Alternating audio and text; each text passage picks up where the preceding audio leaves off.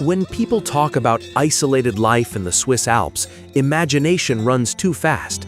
One thinks of absolute silence, untouched beauty, an almost poetic existence, far removed from the noise of the modern world. But for those who live here, isolation is not an image, it is a decision renewed every single day, often before the sun even rises. These families do not live apart because the world forgot them.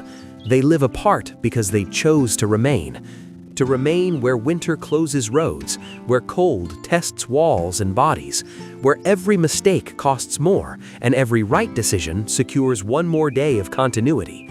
Here, there is no romanticizing of effort, there is acceptance, there is responsibility. There is a deep understanding that living in this place demands more than physical endurance. It demands alignment between human will and natural rhythm. Isolation in this context does not mean absence of contact, but intensified presence.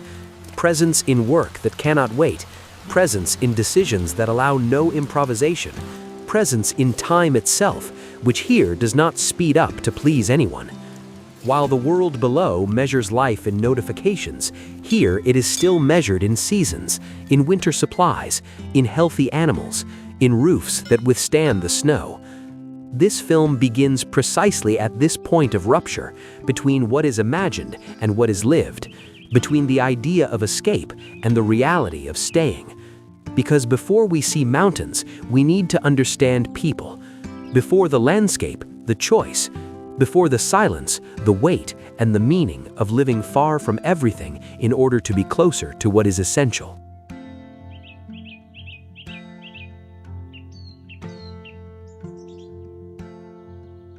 The day rises slowly in the Swiss Alps, as if the mountain itself needs time to decide whether to allow the light. Before the sun comes the cold. A deep, silent cold that seeps into wood, glass, and the held breath inside still sleeping homes. The air is so clean it feels solid. Every breath sounds like a conscious act. Outside, the world wakes without hurry. A distant bell breaks the silence, not as noise, but as guidance. The sound crosses the valley, reflects off the slopes, and returns softened, reminding us that even in distance there is human presence.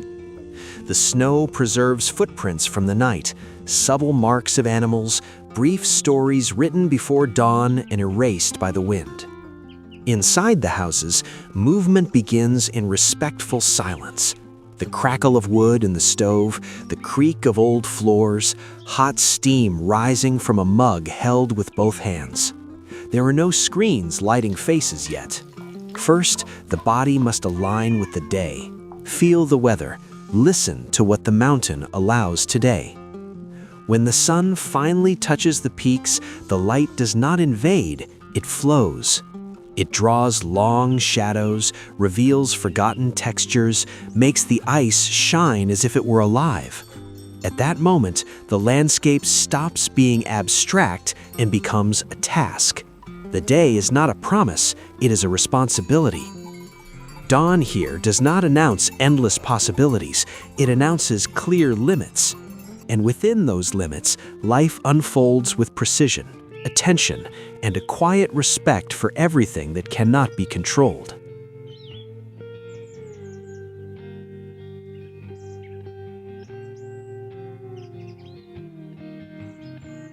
The routine begins before the body is fully warmed. In the Swiss Alps, the day does not wait for readiness, it demands presence. Doors are opened against the weight of the cold. Boots meet ground hardened by the night, and work begins with gestures learned too early to be remembered as a choice. The animals recognize the rhythm better than any clock. There are schedules that cannot be postponed, care that allows no excuses. Feeding, cleaning, checking fences, observing nearly invisible signs of illness or fatigue. Here, attention is not an abstract virtue, it is a survival tool. A small mistake today can become a harsher winter tomorrow. The work is physical, repetitive, and deeply conscious. Every movement carries energy economy because the body must last until the end of the season. There is no excess, no waste. The mountain teaches, day after day, that misdirected effort charges high interest.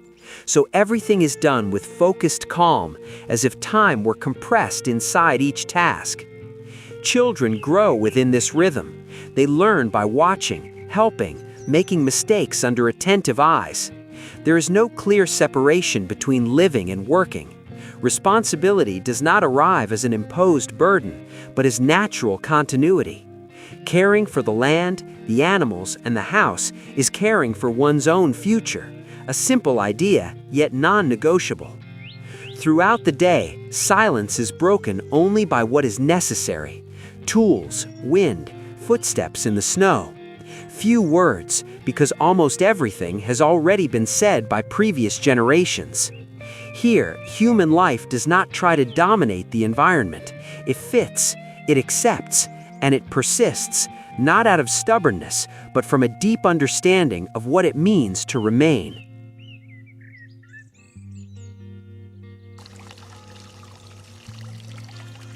Nothing here was built to be admired from afar.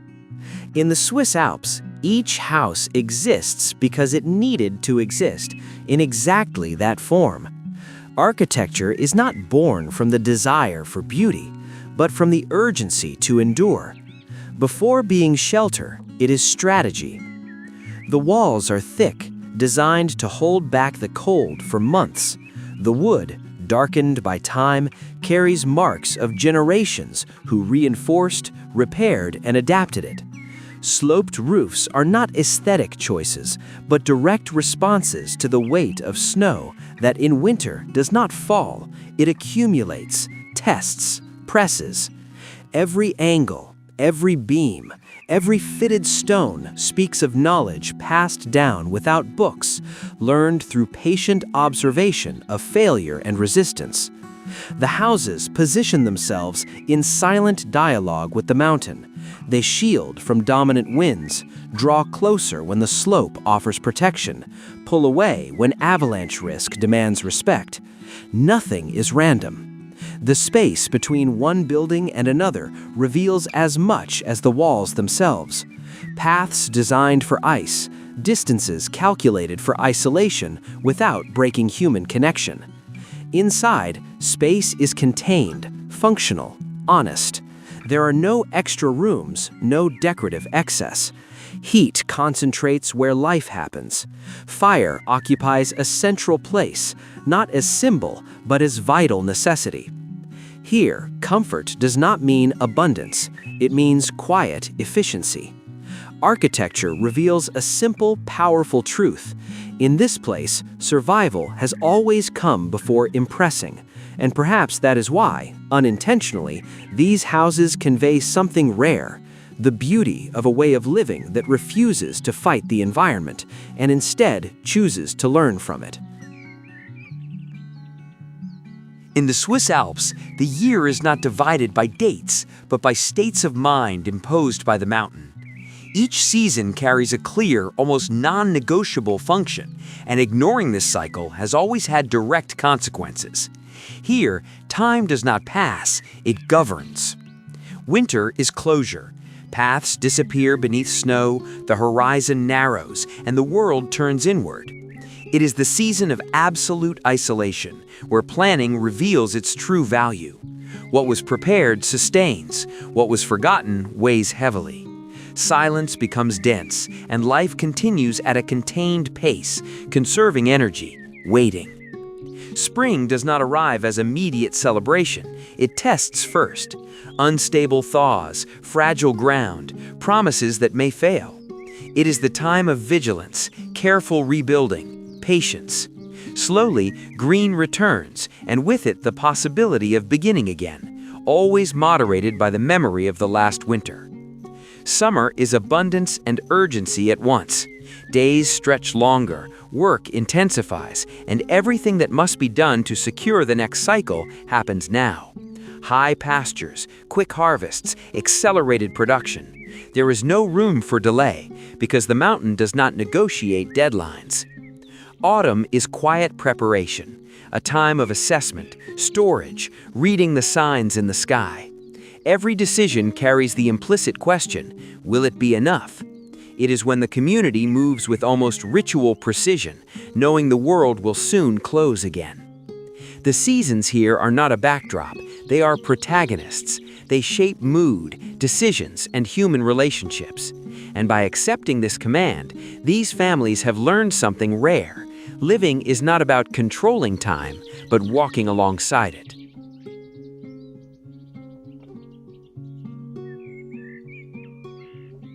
Isolation in the Swiss Alps has never meant complete solitude. On the contrary, the farther the world feels, the clearer the need for one another becomes. Here, community is not defined by physical proximity, but by trust built over time, often in silence. Homes may be separated by slopes and forests, but human presence is constantly felt. A snow-cleared path without notice, a tool left at the door, an animal cared for when someone cannot arrive. Simple, almost invisible gestures that keep life functioning when institutional help is too far away. Relationships are direct, without excess words. There's no room for prolonged conflict, because depending on others is part of the daily equation. Each person knows the neighbor's vulnerabilities, creating a silent pact. Today for you, tomorrow for me. Interdependence is not discourse, it is daily practice. In difficult moments, the community moves like a single organism. A collapsing roof, a blocked path, an unexpected illness. There's no dramatization, only action. Collective experience replaces urgency. Everyone knows what to do because they have seen it before, because someone taught them, because the mountain demanded it. In this context, belonging is not born from the number of people, but from the depth of bonds. Isolation, far from fragmenting, sharpens relationships. And perhaps this is the quietest lesson of this place. When the world is too big, community dissolves. When the world is hard, it strengthens.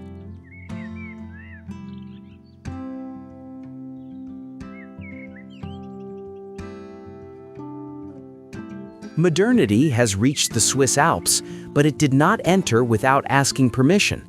Here, technology does not redefine life, it adapts to it. There's no rejection of the new, only a rigorous filter.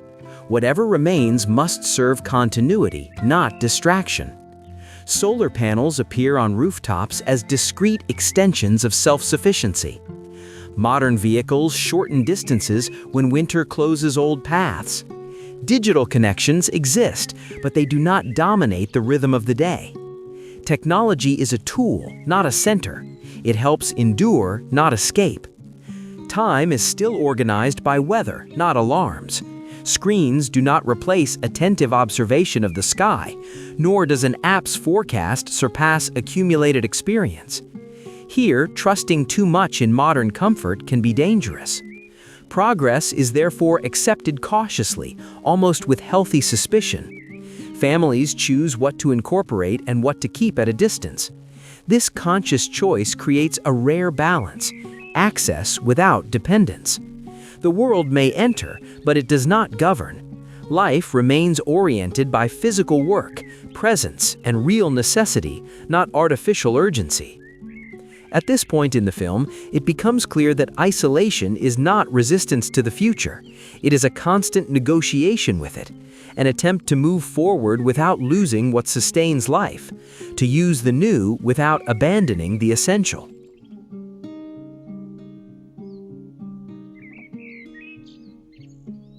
Living here has never been about escaping the world, but about carefully choosing what deserves to remain. Every family that endures this isolation makes a silent statement that time can be lived differently, that life does not need to be constantly accelerated to have value, that presence is still more powerful than unlimited access.